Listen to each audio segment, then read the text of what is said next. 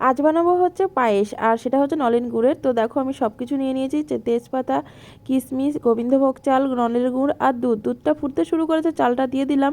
এরপরে একটু তেজপাতাটা দিয়ে দিলাম, তারপরে ফুটছিল, ফুটতে ফুটতে চালগুলো সিদ্ধ হয়ে গেল। তারপরে আমি দিয়ে দিলাম খেজুর আর নলেন গুড়। আর গুড়টা দেওয়ার সময় আমি গ্যাসটা কমিয়ে দিলাম। তারপরে এটা ভালো মতো ফুটে গেল। আর দেখো কালারটা কত সুন্দর হচ্ছে, আর এই সময় না ফুটছে যে, এই সময় দেখতে দারুণ লাগে। আর দেখো পায়েসটা দেখতে দেখতে হয়েও গেল। আর কালারটা দেখো কি দারুণ। এরপর আমি একটা মাটির বাটিতে হচ্ছে পায়েসটা ঢেলে নিলাম। দেখো কালার কত সুন্দর লাগছে, আর তার সাথে মাটির একটা বাটি। তো সেই মাটির বাটিতে আমি পায়েসটা ঢেলে নিলাম। এবার আমি এটা টেস্ট করে বলবো তোমাদের কেমন হয়েছে। তো আমার কাছে তো খুব খুব ভালো লেগেছে। তো এখন এই যে প্রচণ্ড ঠান্ডা, আর ঠান্ডার মধ্যে গরম গরম এক বাটি পায়েস দারুণ লাগলো। তোমাদের কেমন লাগলো অবশ্যই কমেন্ট করো। আর এইভাবে পায়েস কে কে বানাও অবশ্যই কমেন্ট চাই। তো চলো আজকের মতো টাটা।